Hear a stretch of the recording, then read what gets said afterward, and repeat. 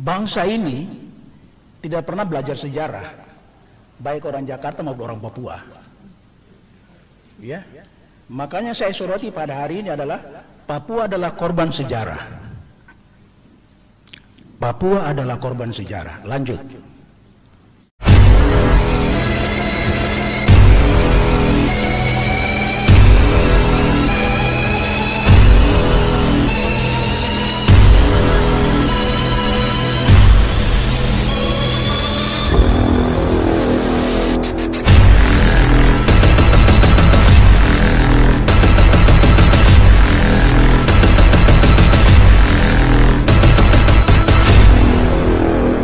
Jangan lupa, tekan tombol subscribe dan like di channel Papo Sobek Update.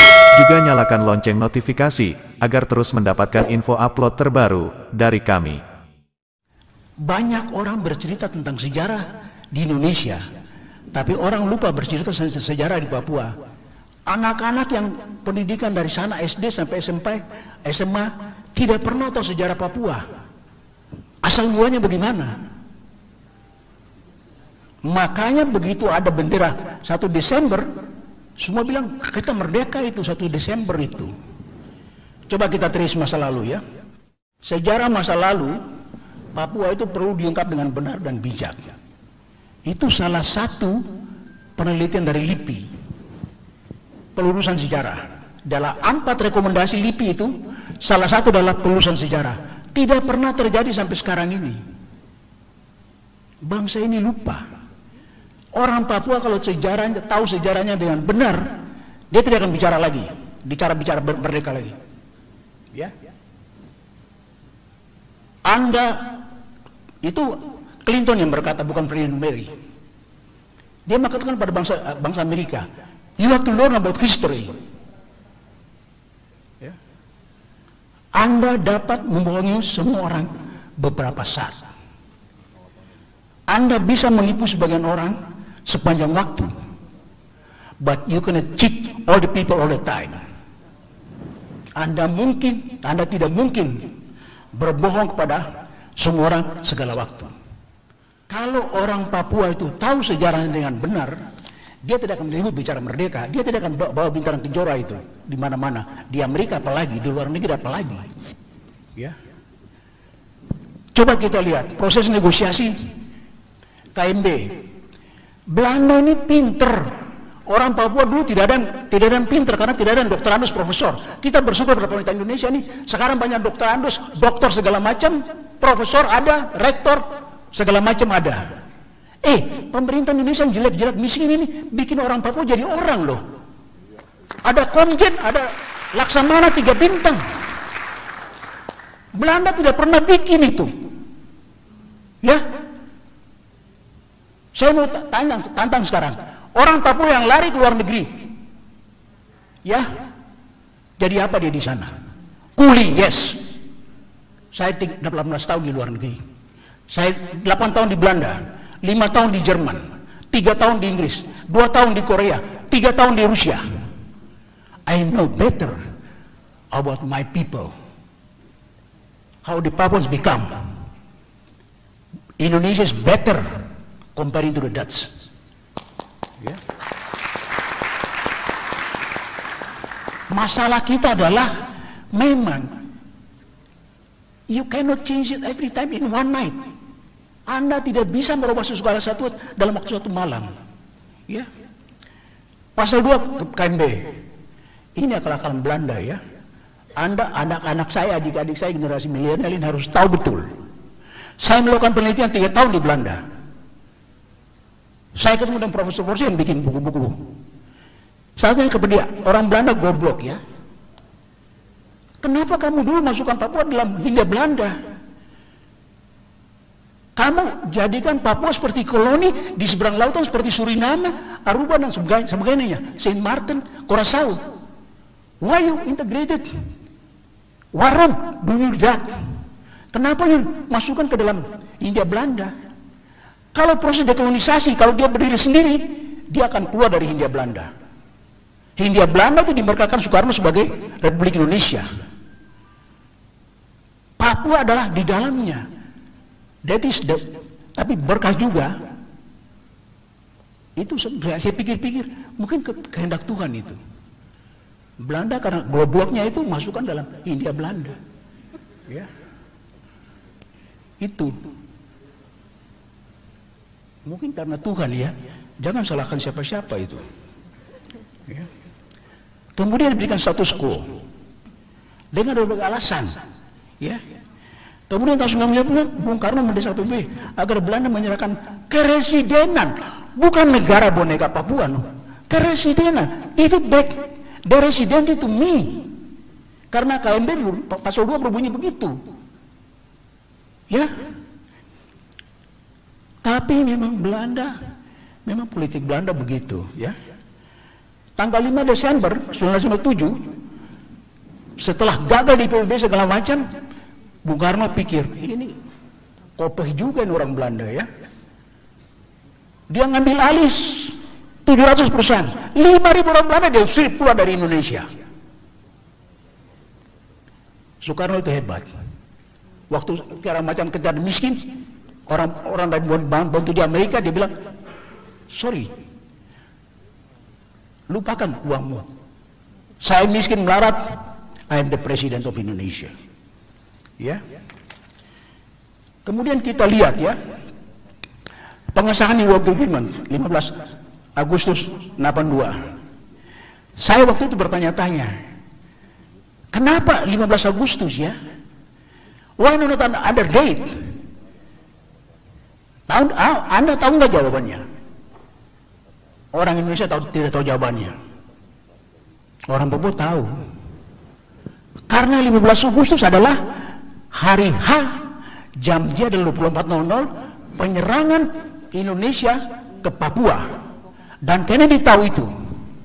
Kalau tidak tanda tangan, the war is not in Holland or in Java, the war is there in Papua. So, most of the Papuan dies. Orang Rusia itu ada 10 kapal selam yang diperbantukan ke Indonesia. Ya, Indonesia punya waktu itu 6 kapal selam. Saya tahu cerita ini waktu saya melakukan penelitian di Belanda.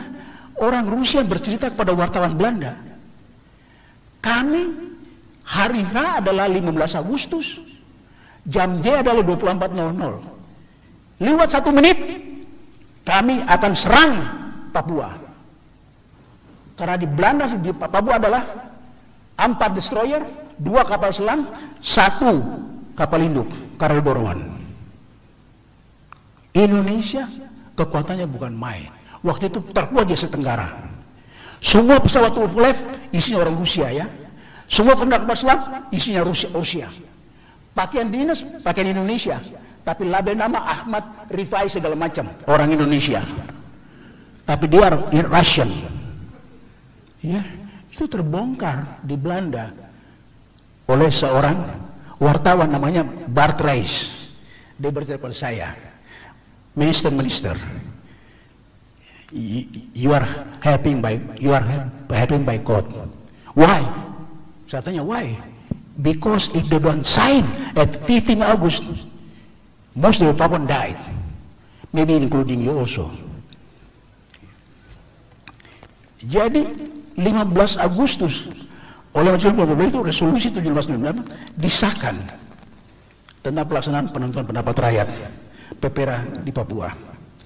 Inilah de facto yang kemudian oleh PBB diserahkan kepada Indonesia secara ab initio. Ini anak-anak universitas ini harus, yang belajar hukum itu tahu ya.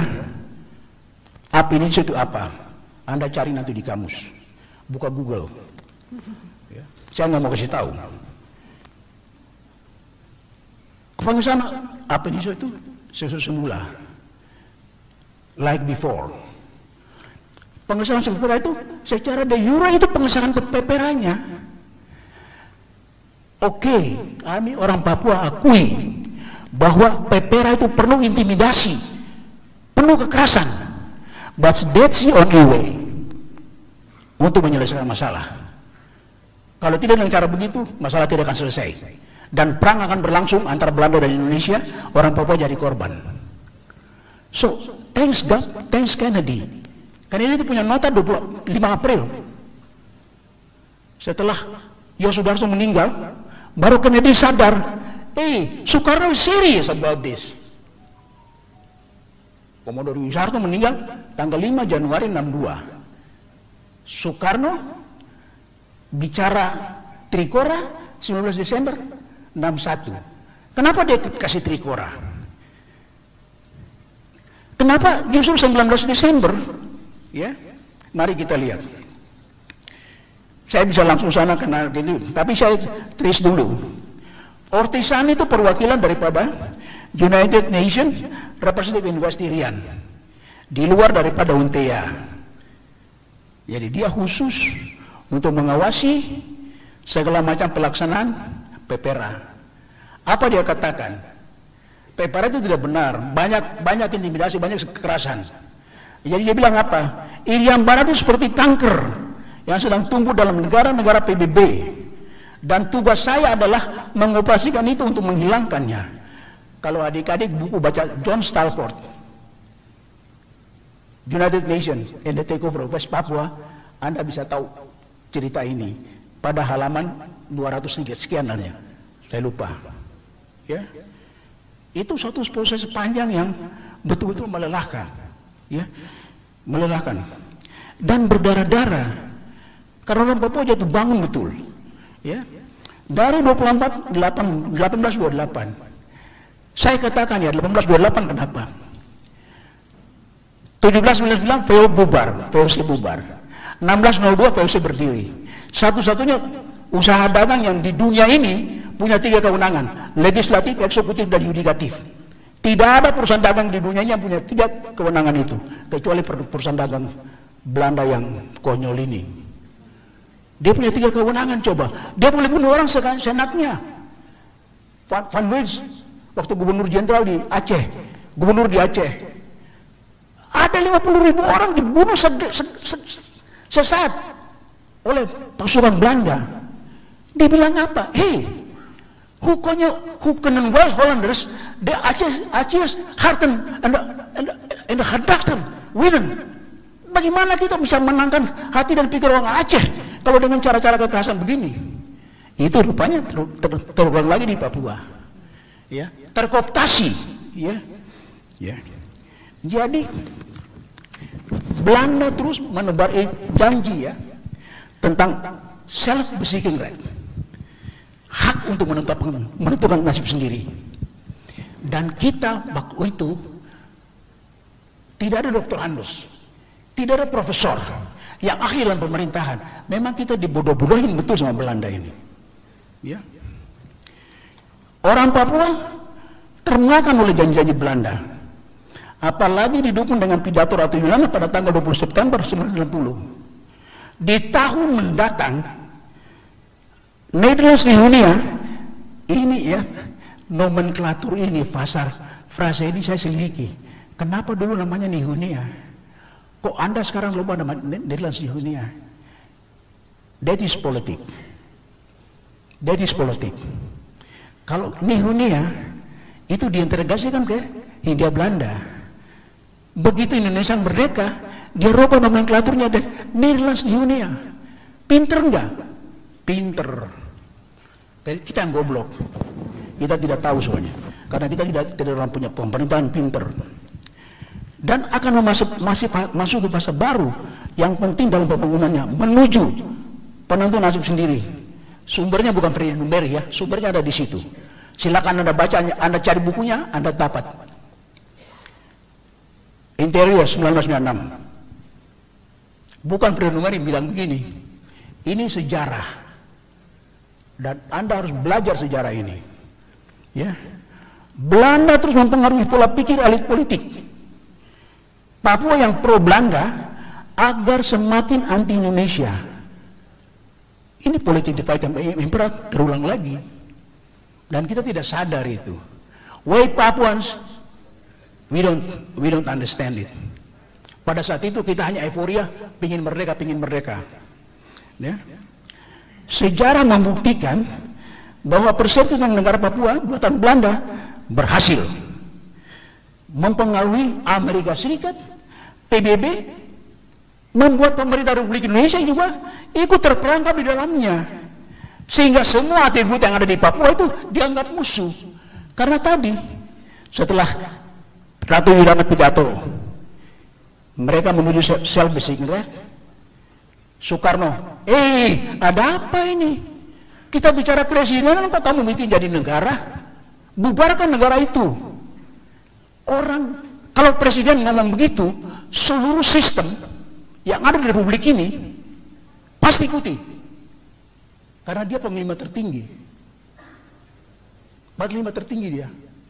Jadi dalam benak orang itu menghadapi Papua, oh itu negara, berarti semua yang ada dalam negara itu separatis. Jangan salahkan siapa-siapa. Ini karena polis Soekarno berang, marah karena dikhianati, ditipu. Akhirnya dia katakan bubarkan boneka Papua itu. Jadi ini memang salahnya Belanda ini. Kita terprovokasi orang Papua ini. Karena memang kita tidak punya orang pinter waktu itu, ya.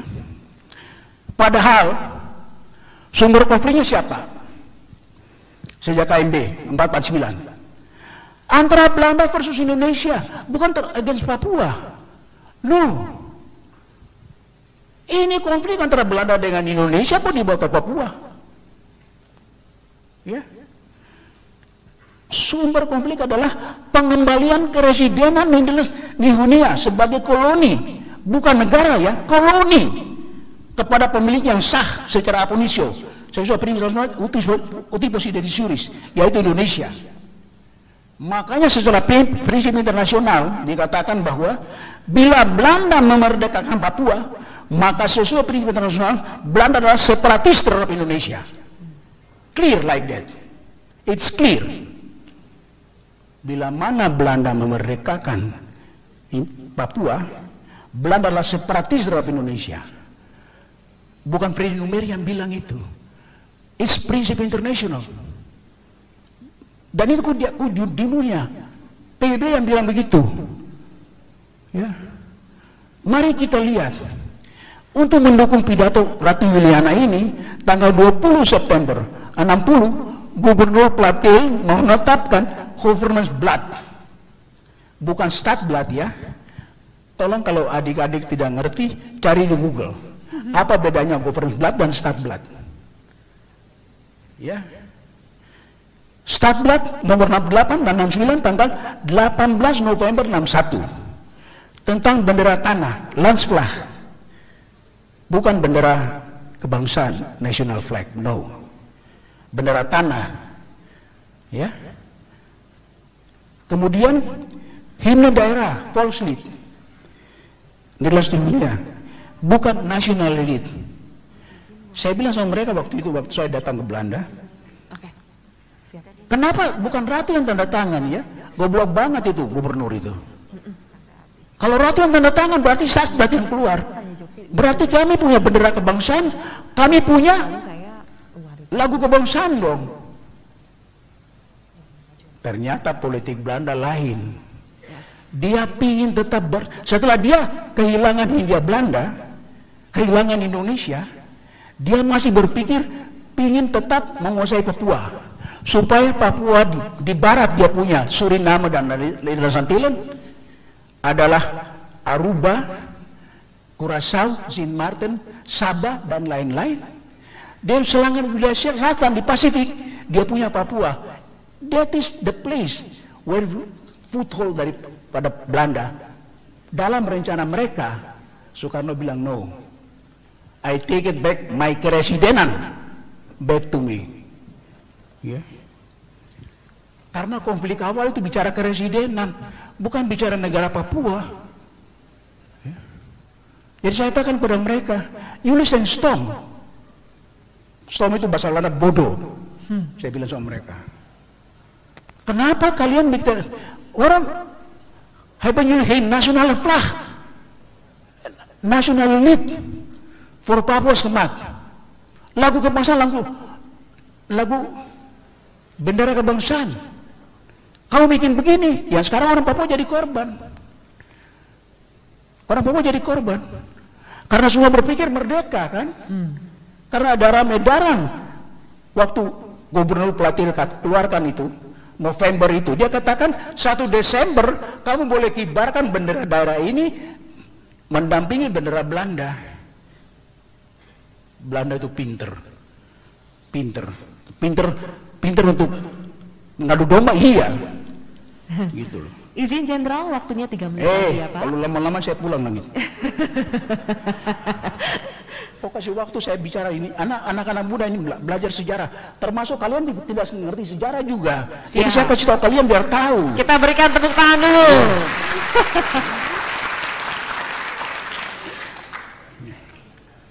Jadi orang Papua ini jadi korban sejarah masa lalu. Ya, kita jadi korban masa lalu. It's okay, tapi kita perbaiki ke depan. Kita yakin bahwa kita bisa perbaiki ke depan. Manakala bangsa ini mengerti sejarah dengan benar. Ya. Jangan kara-kara terkooptasi oleh masa lalu yang Soekarno bilang bungkak, bubarkan negara Papua. Akhirnya kita terbawa semua negara Papua kan. Orang Papua pikir, ini bendera kemerdekaan kita nih. Kita punya bendera kemerdekaan. Satu-satunya cara itu untuk melampiaskan ketidakpuasan segala macam hal, dia pasti pakai bendera bintang kejora itu. Bintang kejora yang ciptakan sudah mati, namanya Nicholas Yowe itu. Ini Nick Messet berdiri. Ini pelaku sejarah ini, Menteri Luar Negerinya OPM ini. Kebetulan teman kelas saya itu. Itu teman kelas saya di SD itu. Ya, saya waktu dia pulang dengan, sorry saya 1 menit ya. Dia pulang dengan Pak Yowe, saya dipanggil Pak SBY karena saya masih Menteri Perhubungan. Dibilang begini, Bapak jamin orang-orang ini pulang? Saya bilang, ini otak-otaknya ini, yang bikin bendera Papua ini kelas Yowe ini. Bapak pulangkan dia ke sini, mudah-mudahan barang itu hilang. Ya. Ini Menteri Luar Negeri OPM 15 tahun ini, Nick Messet itu. Ya. Tapi akhirnya sadar bahwa Belanda tipu kita. Sadar bahwa Belanda tipu kita. Gitu loh. Bahwa kita sekarang punya masalah di Papua, benar. Kita tidak bisa menafikan pelanggaran HAM dan pembangunan yang ada. Tapi kita punya ada cara-cara menyelesaikan. Kan sudah disepakati oleh Presiden. Mana-mana yang kita selesaikan, 2000 ke atas. Itu satu kemajuan bukan main gitu loh. Please, harus terima itu. Ya, kita tidak mungkin trace back. Everybody dying already. How can you find people there, witness and so on? There's nobody left. Jadi, nah, akibat itu, ya,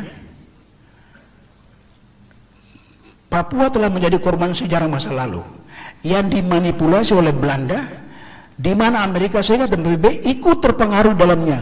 Ironisnya, pihak Indonesia terperangkap di dalamnya dan menerima ini sebagai sesuatu politik Belanda yang harus dihadapi dengan kekerasan.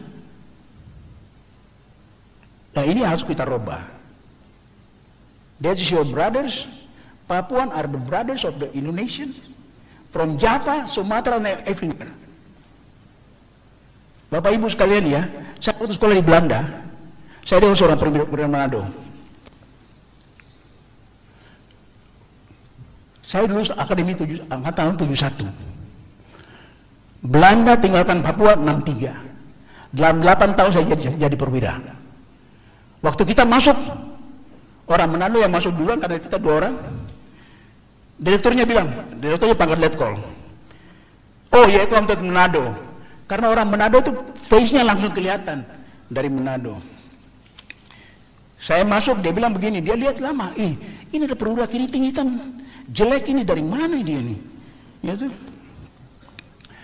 Komia etnohilia. Pertanyaan dia begitu. Anda datang dari Nuhunia? Saya bilang ya. Ikop etnohilia. Detu formalah Nuhunia. Yang dulu Belanda menyebutkan sebagai Nuhunia. Dia diam lama. Dia bilang begini, wanneer ben je bevorderd als een officier? Kapan kamu dilantik sebagai perwira? Saya bilang, in 1971. So, dia kaget, Indonesia is geweldig. Indonesia itu hebat. In een tijd van 8 jaren wordt je officier. Mijn voorouders zijn daar meer dan 100 jaren, jullie worden niets. Kalau ada yang tahu bahasa Belanda, terjemahkan itu. Indonesia itu hebat. 8 tahun kamu jadi perwira. Nenek moyang saya di sana ratusan tahun kamu tidak jadi apa-apa. Ini bukan orang Belanda, bukan Freddy Numberi yang ngomong itu. Ya. Berarti Indonesia ini hebat. Waktu saya rapat dengan orang-orang Australia di Sheraton, ada orang Cina itu namanya Mandarin. Saya waktu itu ke Pulau Gat. Pulau Gat itu nikel. Rusak lautnya, coklat semua. Saya kumpulkan orang Australia. Saya bilang sama duta besar, I want to meet the Australian business people here in Jakarta. Kita ketemu. Saya ribut dengan mereka terus. Dia bilang apa begini? Ya, Governor, we agree with you. But one thing we don't like, Indonesian doing violence in Papua. Saya bilang, okay, I agree with you. I agree with you. But my question, do you treat the Aborigines like me? Like the Indonesian treat me? We have governors, we have generals, we have admirals because of Indonesia. So Indonesia better than you. So I break out, saya tidak makan siang dengan mereka. I break out the lunch. Saya say, duta besar, sorry, I don't follow this lunch because you are still, in your head is still colonial, colonized, ya. Dan itu saya nggak suka.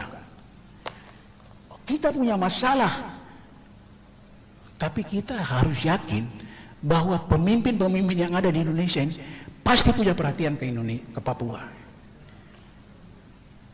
One day, Martin Luther King bilang apa? One day, I see my daughters, my son, become something in America. And Barack Obama become president. Mimpi orang Papua harusnya presiden Republik Indonesia ini. Karena apa? Kita karena sulung. Saya katakan orang sulung kenapa? Seluruh provinsi di Indonesia tidak ada yang punya proklamasi kecuali Papua. 1828 menyatakan provinsi ini miliknya pemerintah Hindia Belanda pakai proklamasi Raja Willem pertama 1828 ditantangkan oleh Komisaris van Delden. Kalau enggak baca sejarah itu kembali. Seluruh provinsi yang lain limpahan dari VOC. Limpahan dari VOC. VOC kan tinggal kasih, pemerintah Hindia Belanda di Batavia, ini loh limpahan saya kepada kamu karena saya korupsi segala macam. Tapi provinsi Papua pakai proklamasi. Terima kasih.